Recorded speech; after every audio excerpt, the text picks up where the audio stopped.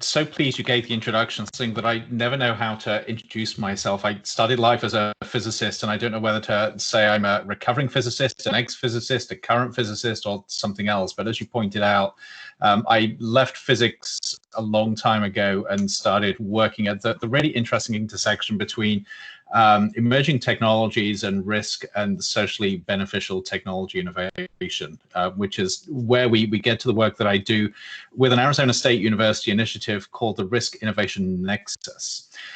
So I need to give a little bit of a backstory to this organization for you to understand it. But to start with, I asked Ellen to put this slide up, which is an ancient map of the seas surrounding Nordic countries. And I put it up because it's indicative of those maps you find in movies and in ancient times and in books, where because the landscape hasn't been charted, you have these little symbols that say, "Here be dragons." And it was this idea that as mariners went out, they went into uncharted waters and they just didn't know what they would encounter. And I put it up because in many ways, this is a great metaphor for the sort of risk landscape that the tech companies are having to deal with at the moment, especially medical tech companies, but all sorts of companies. And I say that because we're finding increasingly a landscape out there where we have to make decisions where it's unclear where the pitfalls are, where we're going to be blindsided, and where we have to be prepared to deal with risks that we haven't previously thought about. Part of the challenge here is that if you sort of think about risk management and risk assessment, there are certain risks that companies are really good at dealing with. Is my thing going to kill somebody or maim them? Is it going to harm the environment? Am I going to lose money with this? There are ways of dealing with these risks. There are fantastic risk management packages and approaches to do this, but they don't deal with some of the hidden social risks. These are the here be dragon areas. What happens when people decide that you're impinging on their privacy, that they don't like your morals or your ethics, or you somehow don't seem to fit their worldview? And increasingly in today's interconnected world, we're coming up against risks like this. And this is something I realized many years ago, working with tech companies and entrepreneurs in the risk field. I began to realize that there's a whole category of subjective, hard to quantify risks that nevertheless have the ability to completely stymie an enterprise and an organization. And we needed some way of getting around these and some way of helping people understand how to manage them. And what we found was, first of all, there are a lot of really interesting ways of thinking about emerging risks. One of the particular areas is an area called responsible innovation, where we encourage people to think about how you develop a new technology responsibly. The trouble is, you go to an entrepreneur and say, sort of, here's all this academic work, this is how you need to develop your business. And they'll say, that's great, I have no time and I have no money and I've got decisions that need to be made yesterday. So we started thinking 2 or 3 years ago about how can we help entrepreneurs change their mindset at an early stage. So just within 30 minutes, 60 minutes of their time, we can give them a set of tools that help them change their mindset and think differently about risk. How can we get them to be more sensitive to these here be dragon areas that we're encountering in today's society? So if you flip to the next slide. This was the genesis of the Risk Innovation Nexus at ASU. And our mission was very simply to empower enterprises to succeed through navigating an increasingly complex risk landscape, which is littered with risks that are easy to overlook, hard to quantify, and yet if you're not aware of them, are likely to stymie what you're trying to do. So we came up with this metaphor of the risk landscape. And in here, we have 18 what we refer to as orphan risks. So we call them orphan risks because just like orphan diseases, they're the sort of things that are ignored and forgotten about because people don't necessarily think they're important until you suddenly realize you should have been thinking about them. And with this, we've been developing a set of tools and working with a series of companies to help them understand what their personal risk landscape looks like, above and beyond the sort of conventional risks that they deal with. So getting them to think, for instance, about how are they going to deal with black swan events, those things that are really hard or impossible to anticipate? how do you deal with a risk landscape where your ethics within the company suddenly become incredibly important? How do you navigate around governance and regulations where you've got a technology which is so new that there are no established regulations for it? So with this, we're only a couple of years old now, but we have a set of very, very specific tools, and we offer workshops where we help people begin to think through how they can change their approach to risk so that they can develop their own sense of the risk landscape that their organization, their company is facing, and how they can begin to put things in place, very practical things to navigate around this. And I should probably finish there because I think a lot of this is going to open questions. But the sorts of things we're doing is, as well as creating tools which within 30 minutes to 60 minutes will help you see the risk in front of you slightly differently, we have more broader strategic planning tools that help you begin to plan out what small steps you can take on either a monthly or quarterly or an annual basis to make sure you're sensitized to and aware of the types of risks that you might otherwise forget but are otherwise likely to undermine your enterprise. So that's the risk innovation nexus, and I'm sure we're going to be talking a lot more about unexpected, unanticipated risks in this complex landscape we face with MedTech. Thanks. Yes, we will. Thank you so much, Andrew, for that overview. And next we'll go to Jason for your overview of your work that you're doing at Intel. Thank you. I really enjoyed those introductory remarks, Andrew. In fact, I'm looking forward to hearing more about your work and your thoughts. It's fascinating. So we'll talk just briefly about Intel here. I put together a slide that kind of outlines a little bit of our presence in Arizona. I think most people know that Intel is there in Arizona. They know that we're big, that we manufacture, but I'm not sure very many people understand what kind of an impact the company has on the state. Intel has been around as a company for just over 50 years, and for 40 of those years, we have operated in Arizona. We have two sites in Arizona. They're both located in Chandler. One is more of a research and development site, and then we have a very large high-volume manufacturing site. Just since 1996, Intel has invested over $23 billion in capital investment in Arizona and manufacturing capacity. And I would just note that no other company in the state of Arizona has come close to investing that kind of capital and demonstrating that kind of commitment to the state of Arizona. So it really is a significant investment that we have in the state. We do have just over 12,000 employees between the two sites, and we are still ramping a few thousand more.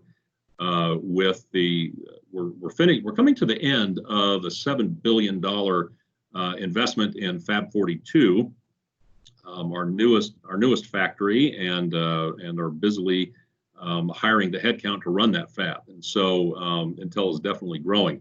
But it's not all about manufacturing. We have a significant research and development engagement taking place in the state to the tune of about $500 million a year that's taking place there. And the building in the center of the slide is our CH8 R&D facility that was built at about the same time that we did Fab 42, and was about a $300 million investment there. So Intel is doing a significant amount of R&D in Arizona, and all of that work is generating about getting close to $8.5 billion of annual economic impact in the state, and we're spending $4.5 billion with Arizona-based vendors every year. So it's a very significant engagement, providing a tremendous amount of economic activity and benefit to the community, to the economy, and to the state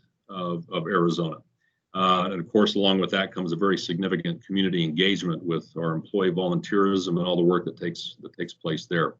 Intel technology really permeates the economy of the world, and in fact, we are incorporated into about 95% of the internet, the communication, the digital economy of the world, and so particularly now, as people are relying even more on technology to do their work, to stay connected and do the things that they do, the impact of Intel innovation is really being felt. And so, fortunately, we've been able to continue producing in a very safe way, delivering our products that are needed around the globe. And Intel technology is also very heavily represented in the medical space, not only in terms of the digital infrastructure of a hospital or medical environment, but also in the numerous devices, the IoT devices that may be populated throughout a hospital,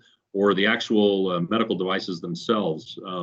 Just a quick side note, as COVID came onto the scene and there was this huge outcry for more ventilators, we received a frantic call from a ventilator manufacturer in Europe, and they were in dire need of chips. And Intel was able to turn around within 2 weeks about 25,000 special chips that we were able to get out of the manufacturing environment into our assembly test technology process and get it packaged and ready to go and shipped to the ventilator maker in a very, very short amount of time, within 2 weeks. And so, we're very much engaged in this space. If you want to go to the next slide.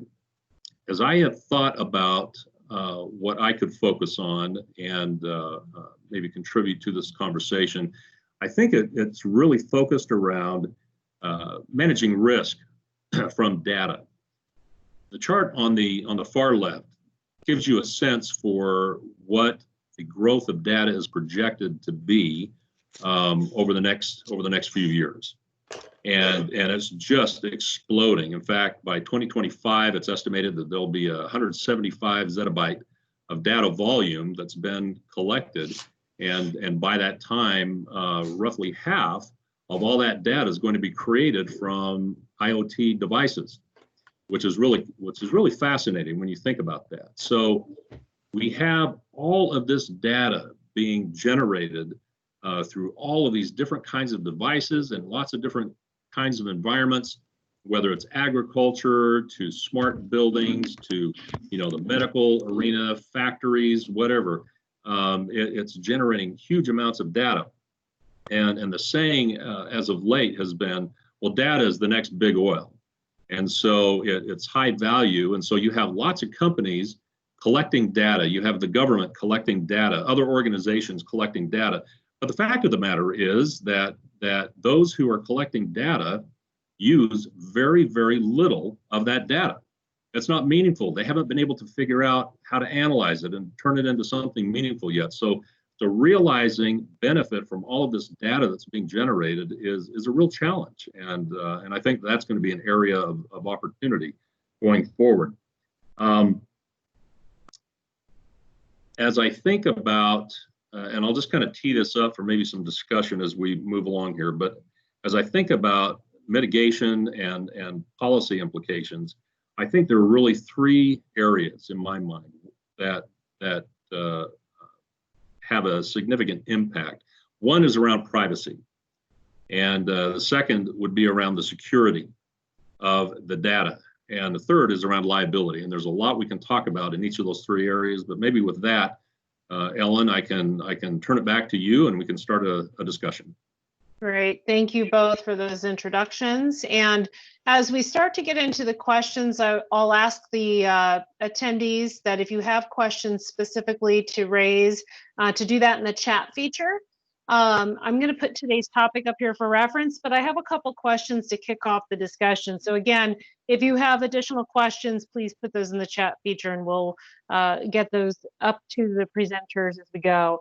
So the first question, just a kind of high level to tee this up. Today we're talking obviously about risk in medical technology, but that can mean a lot of different things. And Jason, you just talked a little bit about perhaps what it means to you. So Andrew, if you want to start in, what is risk in medical technology, that whole topic in this conversation, mean to you?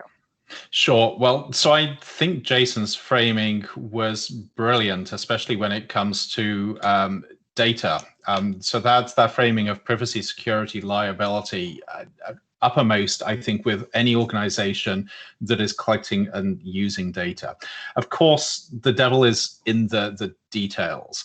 And in each of those, trying to work out what exactly the risk is becomes challenging, especially when you get to privacy and working out what does privacy mean to different organizations and different people. So for instance, with the work we do, we encourage our partners to think about value creation, not only value to themselves as the enterprise, but value to their investors, to their customers, and the communities around them. And this is clearly important to privacy, because if you are going to mitigate or manage risk associated with privacy, you can't just think about it in terms of the enterprise.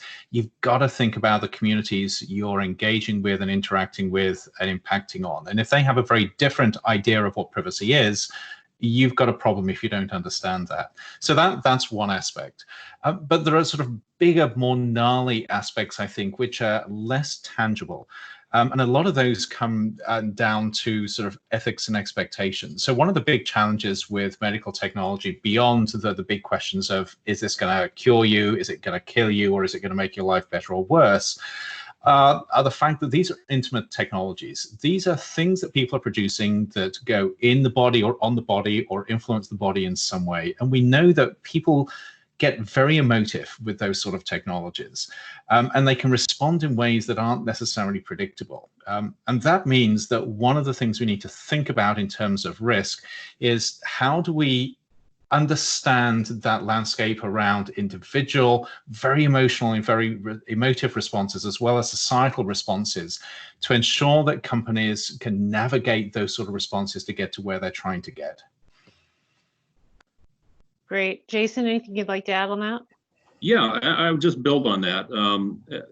And I would say that policymakers are also very sensitive to the notion of privacy. And in fact, one of the trends, at least it's been my experience, is that with new technologies, there is a great tendency for policymakers to want to jump in and regulate it.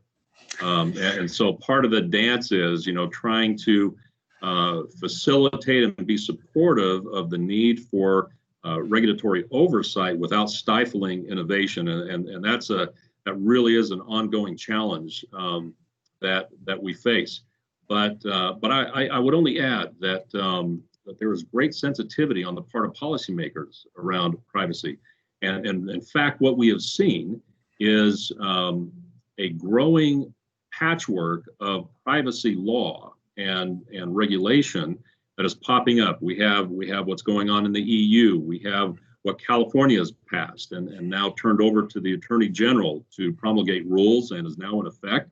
And so people doing business in California are being governed by a California privacy policy. And California has made it very clear that whatever Congress might do now, what California has passed is going to be the floor. And so they do not, and they have a powerful delegation. So they're going to have an influence on the privacy conversation back in Washington. And they are not going to be very open or receptive to any efforts to undo what they have done. And we have a number of other states that have been stepping up to model privacy legislation after California with their own little twist.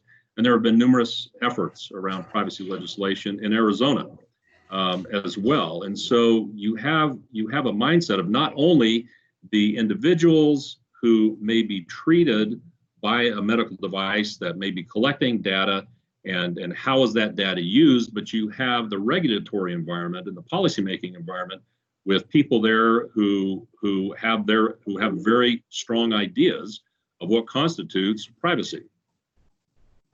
So can I actually jump in with a question to Jason to follow up on that? Jason, how do you prepare for that within a company as large as Intel?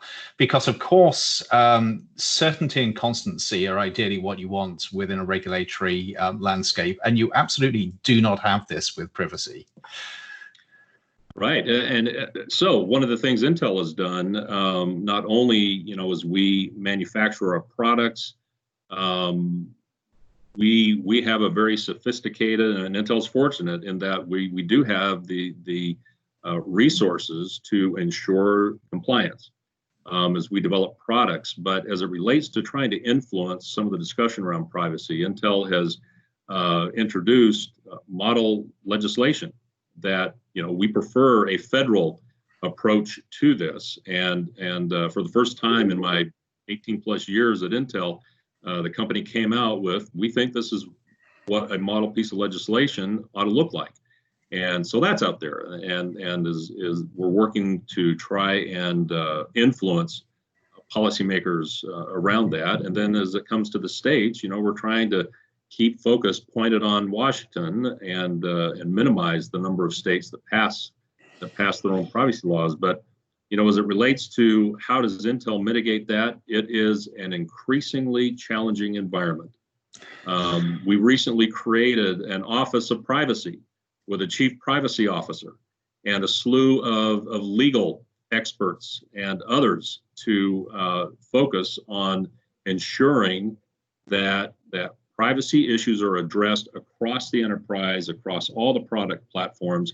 And so the company has created kind of the central approach of expertise that has visibility and influence across the entire company and all the business units. Mm-hmm. So Andrew, to that point, Intel has developed a whole cadre of people around this issue of privacy and innovation and risk mitigation. What advice do you have for startups that are looking to enter? I mean, my gosh, it's got to be overwhelming and somewhat daunting to try to navigate through that. Exactly. And this is a really good example of the sorts of challenges that startups face, because not only if you're a tech startup, is some of the complexity around privacy almost definitely outside of your main area of expertise. But it's really hard to work out how on earth you're going to decide how much of your time and effort and resources to put into this within a very complex landscape. So Jason intimated sort of how complex it is. It is a mess. If you look at what California is bringing out, it's a patchwork piece of legislation that is very, very hard to navigate. So if you're a startup, if you've only got 2 or 3 people trying to understand what this means to you, what it means to your relationship with your key constituents, how you can actually develop the resiliency and agility to get through it is very, very difficult. And this is why one of the things we focus on is how can you get people through that first step of realizing just how complex a risk landscape they face? Because complex as it is, the worst thing you can do is bury your head in the sand and pretend that it doesn't exist. If you're a tech startup and you just think, I'm just going to focus on the tech, I'm just going to get this out, I'm going to get my investment, I'm going to get my product to market, you may succeed for 12 months, 2 years, but I can pretty much guarantee you'll hit a point where you desperately wish you'd thought critically about this last landscape from the get-go rather than 2 years too late. And just that first step of realizing that there are things here you need to be thinking about, and this is what we refer to as the risk mindset, can actually stand you in incredibly good stead to work out what are the small steps you need to take to understand the nature of this landscape, who can you begin talking to, what resources can you begin to use, so at least you can avoid making really stupid missteps at the get-go. Yeah, and so we've been talking a little bit about privacy, and to that point, to tag on around medical devices, we're putting the power of medical diagnostics and care and treatment almost back into the patient's hands, leveraging technology, whether it be biofeedback, whether it be little self tools where you do a self-diagnosis online. So what's the balance between patient enablement and patient protection? Do you want to start, Jason, with that, or shall I? I think you're probably better equipped to address that. Yeah. So this is a really tough one because there is that balance, which is so fine, it's almost impossible to see in many cases, where there are clearly huge benefits in collecting patient data and user data to better understand how apps and devices can benefit people in terms of their health, but at the same time, every piece of information which is collected from a user can potentially undermine them if it's used in the wrong way. And even worse than that, even if there is no specific risk to the users, if there is a perception of risk, that can completely undermine you as well. So you have two sort of big issues here. One is, how do you collect and use information in ways which are not going to harm users but are going to benefit them? And secondly, as a provider, as a developer, as a company, how can you behave in such a way that there is not a perception of data misuse? Because when it comes to risk, perception is effectively reality. And if you lose the trust of your customers, you run the risk of going out of business. And I had a specific case there. So we have a number of case studies where we look at some of these subjective or orphan risks. And a particularly interesting one is a health app that many of you will be familiar with called Flow, which was designed for women to track their hormonal cycles through uploading data.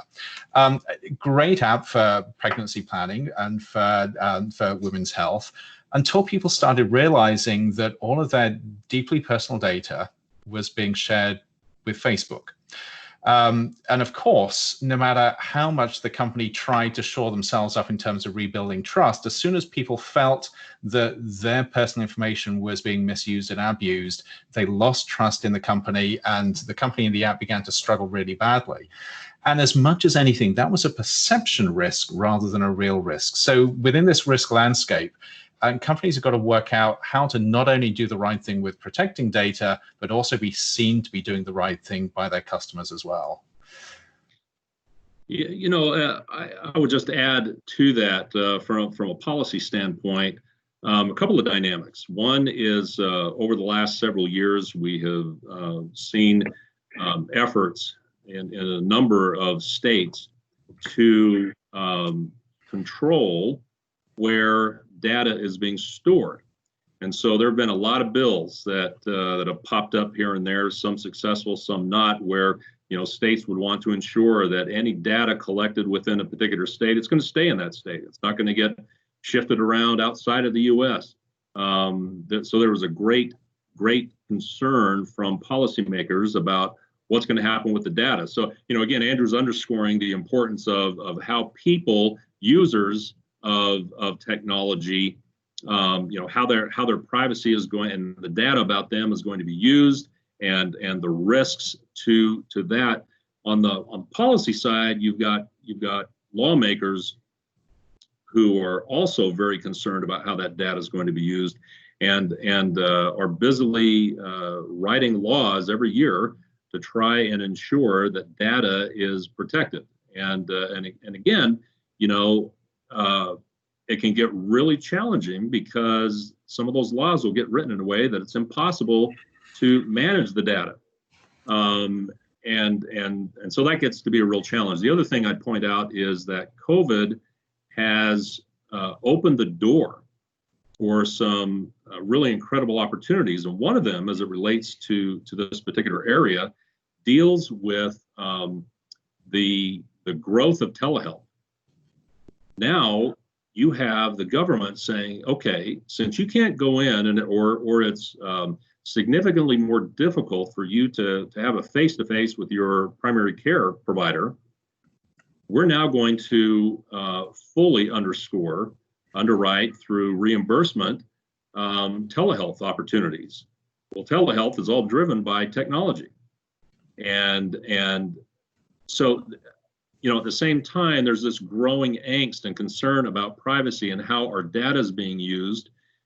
Our circumstances, in this case with COVID, are driving and opening a wider door for technology to be used in greater measure as it relates to healthcare of individuals. Yeah, it's really interesting. And we have also on the call two individuals who are part of our committee that I'm going to actually ask to unmute, Phil and Aaron from Zugand. They were instrumental in helping put together and helping us to brainstorm around some of these questions. So Maybe Aaron, we'll start with you if you're on the line. Do you want to weigh in on that topic? You had some interesting perspectives that you raised on our last call. Yeah, absolutely. Thank you, Ellen. Thank you, Jason and Andrew. When we were talking about this, kind of getting ready for this, there's a lot going on in this space from a data perspective. And, and totally agree with you on the, the example with Flow, that, if you break people's trust, you can't recover from it sometimes. But on the other hand, in a lot of the conversations around the whole telemedicine space and creating these new applications, there's the one side where from a IT and security perspective and compliance perspective, where we're so focused on how do we protect this information, how do we make sure that nothing gets out. But on the other hand, we sometimes make it so challenging and so difficult to share this information. And there's even new business models that are coming out where, people are going out and they will share their own medical information with other people, so that they can, down to are they seeing, what prescriptions are they taking, because they're trying to, if you've got a serious condition and you're trying to figure out, what are the alternatives, and, are other people experiencing the same experiences that I'm experiencing, sharing that information can be very powerful and very strong. And, I come from the IT security background, having worked in the public sector and having, been in IT my whole life. On the other side, I think there's that outcomes based, and there's that relationship, and there's that business model side to it, where there's an advocacy for being able to share this information, much more readily and to get more value out of it. And so I think that's where it starts to become really tough with some of these situations. When we were also talking, we were talking about, I think, some of the risk-based models for doing some of these assessments in some ways are pretty archaic. There's a lot of organizations that will struggle with, what is HIPAA, what are the risk compliance things that I'm required to do, but at the same time, a lot of those risk factors and those risk assessments haven't changed much in 10, 15 years, from how do you evaluate some of these risks. And I applaud Andrew and his approach. I think you need new approaches. You need new models to be able to ask these questions and to think these things through. And I think that's where, things are going to change a lot. And I think COVID is just another example where it's just the pressure is going to be put on. And I think things are going to have to accelerate so much more for us to be able to look at these things and to change how we're doing it. So Aaron, just to build on that, I think you hit on something incredibly important when we're talking about risk. In that we so often miss the opportunity cost associated with actions, and that is a risk in itself. So if you have a really rigid regulatory structure that stops you doing things that can improve people's lives and improve people's health, that in itself is a risk that we've got to work out how to navigate and deal with. Yeah, it's interesting because there's that litigation side to this too that comes into this, right? I mean, and then that ends up driving back to what Jason was saying from a policy perspective. You get into this point where due to litigation or due to case law or due to a specific incident that happens, you add kinks into your processes, right? You add policies within your organization, and you have extra steps and you have extra costs that start to drive these things too. And unkinking that is such a huge thing, and it's changing perceptions, and it's and you get into, I would say, even kind of lore sometimes where you think it's the law or you think it's a real policy when really it was just a decision that was made, and then it was kind of institutionalized as a process too. We're seeing this happen and unfold in real time right now with the discussion around liability. So as the pandemic kind of has crossed the earth, crossing the country, this great cry has gone out for equipment. Yep. And devices and protective equipment and so forth. And there's this great effort to marshal the manufacturing capacity of the country. And we've got automakers now making PPE, and other manufacturers who have retooled. Honeywell is now making PPE in Arizona. and some great companies that have stepped up and are doing some of that. And there's also other companies that probably are not quite as sophisticated and are going to have some trouble with that. And so in this environment, you have lawmakers who are wanting to change the liability laws associated with these products. And this conversation, in fact, in the Senate. So the House just passed a $3 trillion fourth phase of legislation, and the Senate the majority has made it clear that, hey, we're not going to even entertain this until we have a discussion around liability.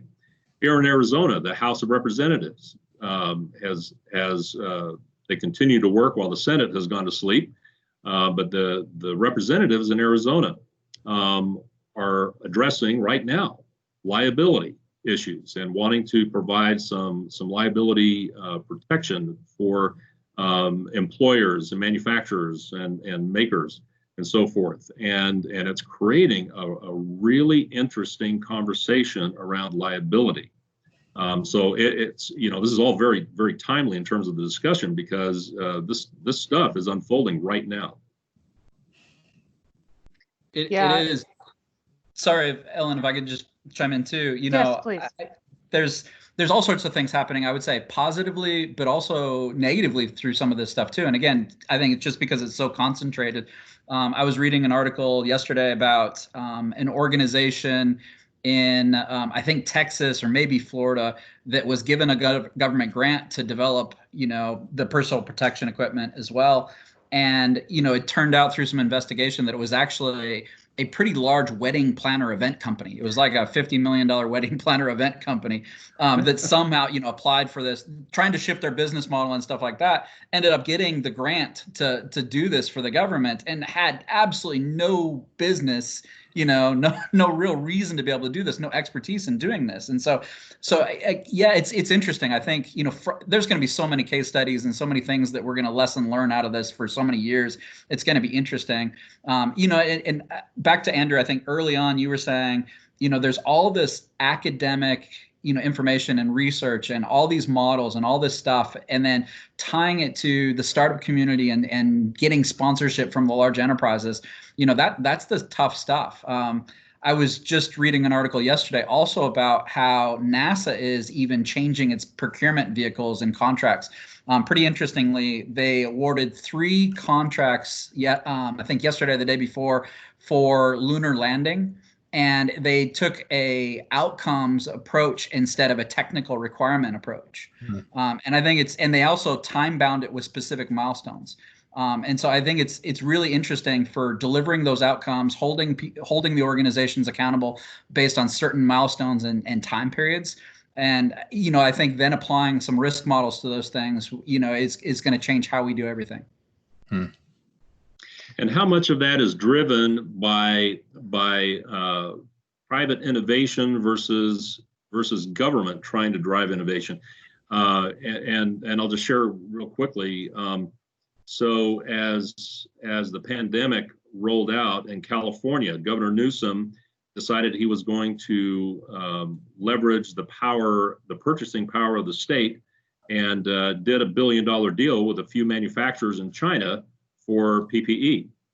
Well, it turns out that some of those manufacturers couldn't produce a product that would pass the qualification standards. And so, the state got money back, several hundred millions of dollars back, but it created a little bit of a black eye for the governor. Well, now what's happening is the state of California is in the process of creating a clearinghouse and an e-commerce platform for the roughly 250 different manufacturers in California who have stepped up and said, hey, we can manufacture XYZ product and want to do that here. In California, the governor is saying, hey, we want to marshal the power of our California manufacturers. And so we're going to put our own in-state solution, Californians addressing the problem for Californians. And so you've got a state government that is trying to drive a framework wherein the manufacturing community will innovate and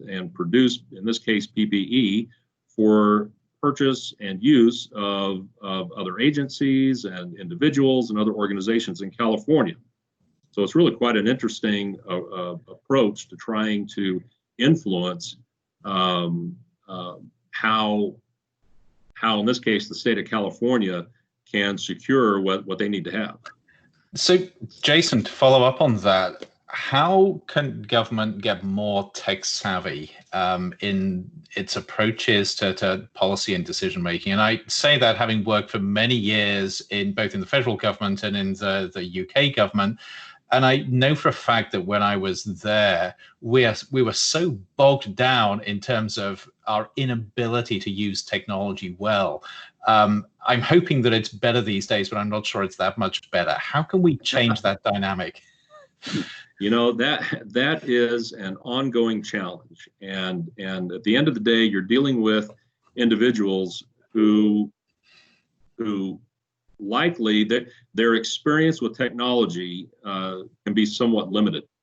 And fortunately, we do have some lawmakers, both at the federal level and at the state and local level, who do have, there's a growing number who have experience and who get it.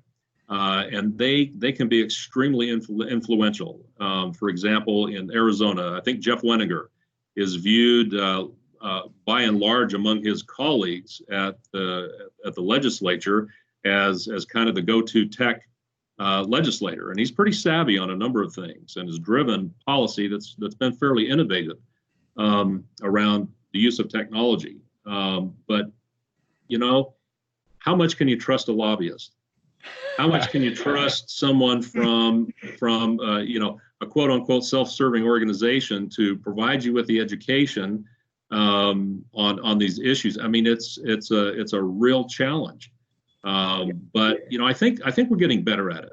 And yeah. One of the things that I've picked up as I've visited with legislators in different states during this quarantine experience is that the gaps that each state is experiencing, particularly around education and in a number of areas, it has their attention.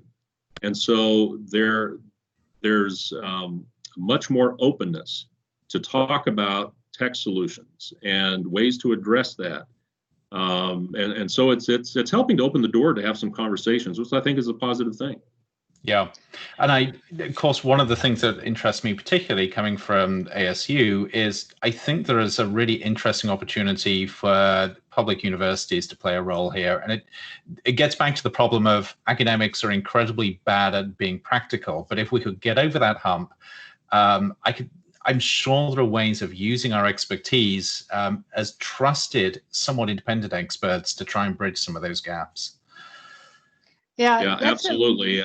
Yeah, I was just going to underscore that. I think ASU plays an extraordinarily important role in providing that expertise and is, I think, widely viewed as a trusted resource. So, you know, we're fortunate to have such a tremendous asset there. And I'll also point out that the Tech Council is a tremendous resource for helping to educate lawmakers and policymakers around the role that technology can play. And so, you know, if you're a small tech company and you're not going to have the resources, as Andrew pointed out at the beginning of the conversation here, you're not going to have the resources to address policy and regulatory and some of these other things. You're focused and head down in developing your product or service or whatever you happen to be doing.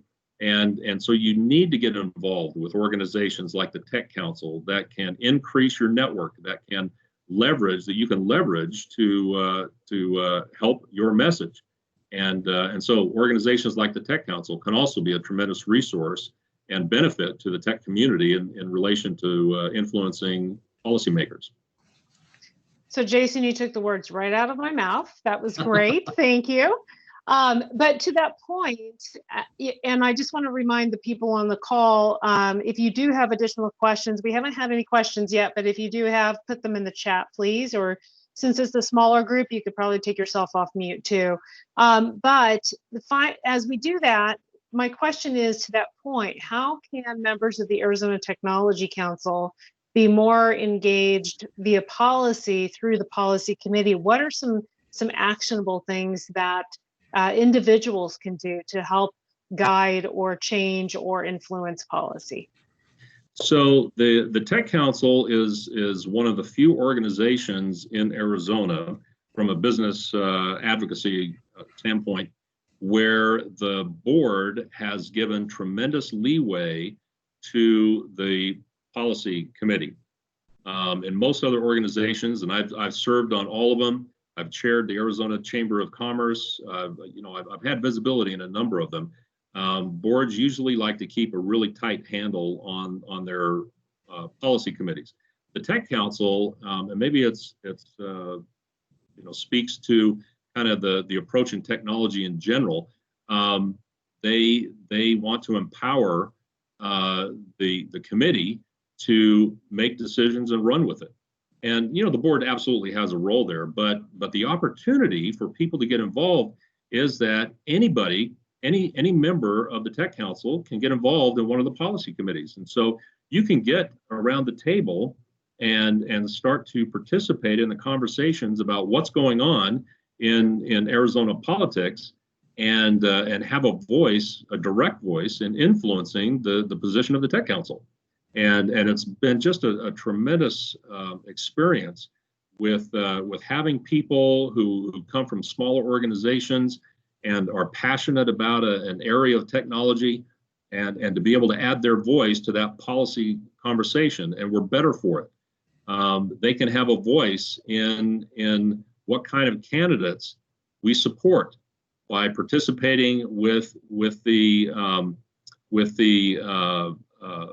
policy committee, by participating in the political action committee of the Tech Council, and having a direct voice in where we support or which candidates we support and how we support them. So there's a great opportunity with the Tech Council for people who are interested and passionate about technology to come and participate.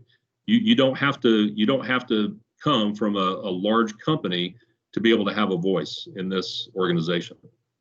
Thank you for that. And I think I'll point out too that you don't have to be an expert.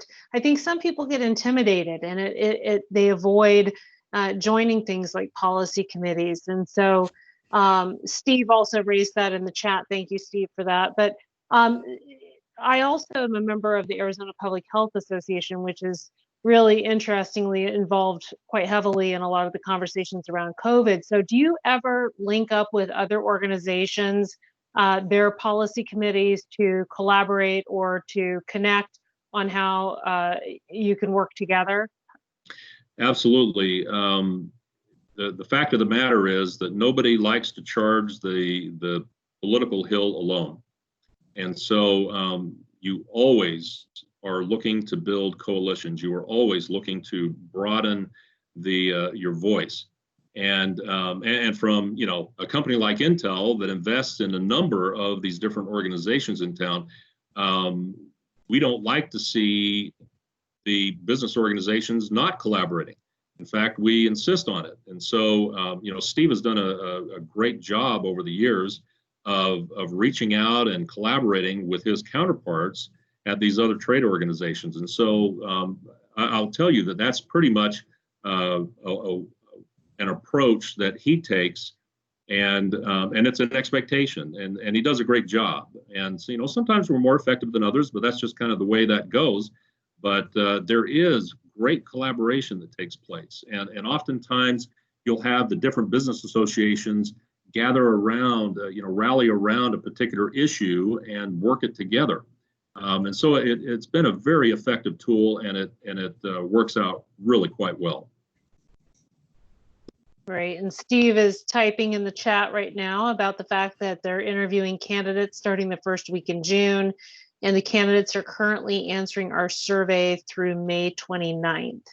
Right. And that he added that they do collaborate with the Chamber, ASBA, the Small Business Association, AZ Bio, AZ Chamber, Tucson Chamber, et cetera. So that's great to hear. So I think, to me, that's a call to action for our committee. And what I would hope to see is that we can take some actionable things away from these roundtables to either bubble them up into a larger forum and really get to action-oriented things that we can do as a committee and contribute to the overall Tech Council as we move forward. So we're down to our final few minutes, and again, we don't have any additional questions in the chat, but I'll just ask any final thoughts, any final words to this committee, maybe your aha or your no duh or your words of wisdom, your parting words of wisdom. So Andrew, let's start with you. Yeah, thanks for that. So just a couple of things. The first is, and it goes back to sort of what we do in the risk innovation nexus. We have very explicitly taken an approach where we say risk is unavoidable. We live in a risky world, and the only way to avoid risk is to be dead, which we don't want to be. So you've got to work out how to embrace risk and navigate it in innovative ways. And to us, that comes down to asking, how can you create value or protect value? And I say this very pointedly because even though I work in the field of risk, I find risk very tedious. I'm way more interested in what we can do with tech. And so flipping that conversation from what is bad that we've got to avoid to how can we protect and grow value within this complex world changes the dynamic entirely. And within that, I think there are tremendous opportunities, whether you're a small business, a startup, or a large company, in terms of augmenting traditional approaches to risk with very innovative, novel approaches. And in that, let me just finish off by saying, I would really encourage everybody on the call and everybody listening to this to check out our website, which is simply riskinnovation.org, where there are a number of resources, including very specific resources that we've developed to help walk you through this process of thinking innovatively about risk. And we are always looking for companies to partner with and work with on this. Great, thank you, Andrew. And Jason. You know, I love what Andrew said and how he flipped that dynamic around. It would be very easy in an environment of increasing regulation, increasing oversight, increasing challenges to really get bogged down. But I loved what he said about flipping that on its head and really looking at the opportunities. And I would just add to that, you know, a favorite statement of mine made by Robert Noyce, one of Intel's founders many years ago, that I just love, which is don't be encumbered by history. Go off and do something wonderful. And so that would be my parting statement to the group: is don't be encumbered by the web of challenge, but innovate and do what you do best. Great words to part with. So thank you everyone for being a part of the panel and for your contributions, as well as the participants. To the participants, we will plan to do this again next month. If you have any topics that you would like to see raised, please by all means feel free to raise those to myself directly or via Deborah through the Tech Council. We'd love to get your input and your feedback. And the presentation will be posted on the website. Is that correct, Deborah? Lee sends out a link with the presentation to the people that attended. Great. Yeah. And thank you, Ellen, for such a fabulous job. You've done it again. And Jason and Andrew, you were really, really interesting. Yes. Thank you. Thanks, everyone. Have a great remainder of your week. Bye-bye. Thank you. Thank you. Bye.